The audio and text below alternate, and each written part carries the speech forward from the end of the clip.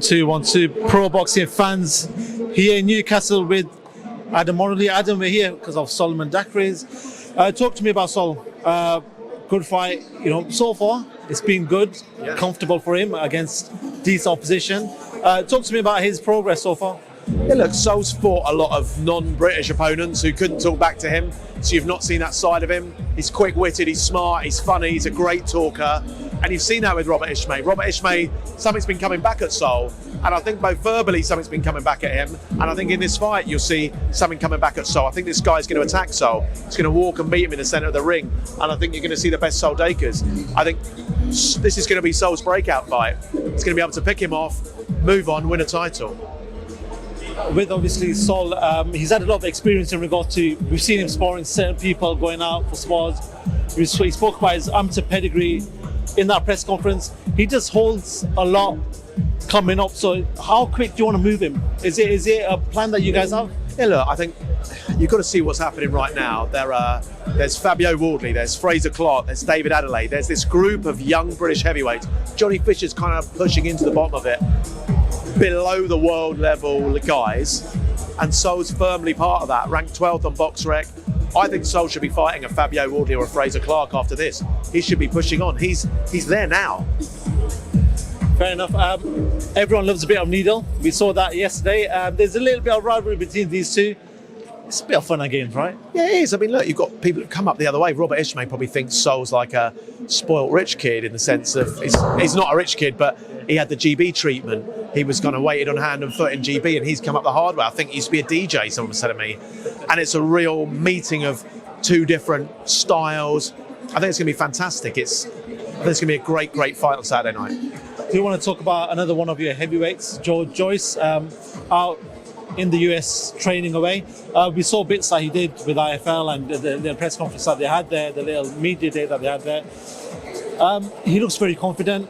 Zhang, when you look at him face to face, they're two big giants. It's going to be a good contest, this one, right? It's going to be an incredible fight. I mean, two big guys who are going to walk to the centre of the ring, meet each other there.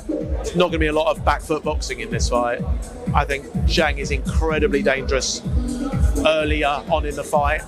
Joe is we are preparing Joe as if we were preparing him to fight Tyson Fury. We don't consider this an easy fight. All the work we've put in, 6 years, 5.5 years to get to here, we don't want to waste that work. Joe is this close to a fight against a Fury and Usyk. If the belts get vacated as the WBO interim, you become the world champion. So it's a huge fight for Joe. For the last couple of months, I've been asking fighters, promoters, anyone that I've talked to who sort of know boxing, how much of a problem is Joe Joyce to this heavyweight division? And the response generally is, he's a huge problem.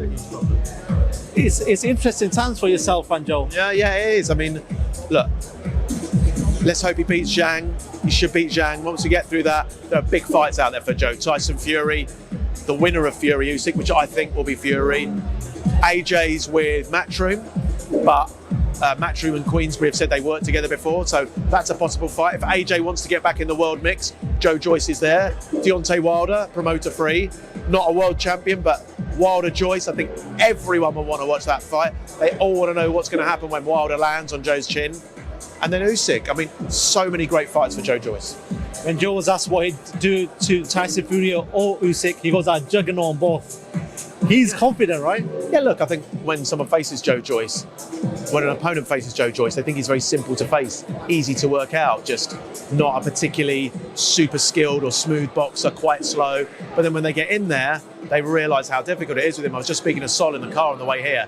He says he spars Joe. Sparring Joe for 4 rounds is like sparring anyone else for 8 rounds. The drain on your fitness it takes when you get to 6 rounds. You saw that with Joe Parker, who came into that fight super fit, who's an incredible heavyweight. And although Joe knocked him out with that left hook, he was pretty much done by the time Joe hit him with that punch because of what Joe does. So yeah, Joe will juggernaut them, walk forward, but he'll wear them down. And I don't know if there's a heavyweight in the entire division that can take 12 rounds of Joe Joyce.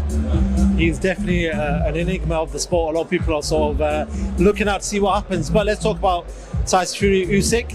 It looks like Fury's got his way. He's got the 70% of the purse. As a manager, you've dealt with all these negotiations.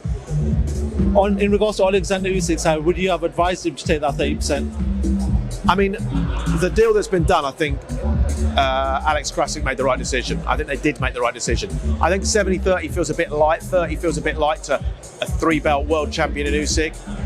Feels light to me. But at the moment of those negotiations where Fury was, Fury said, okay, you want, because I think the negotiations were pretty much dead in the water until Tyson came out on Instagram.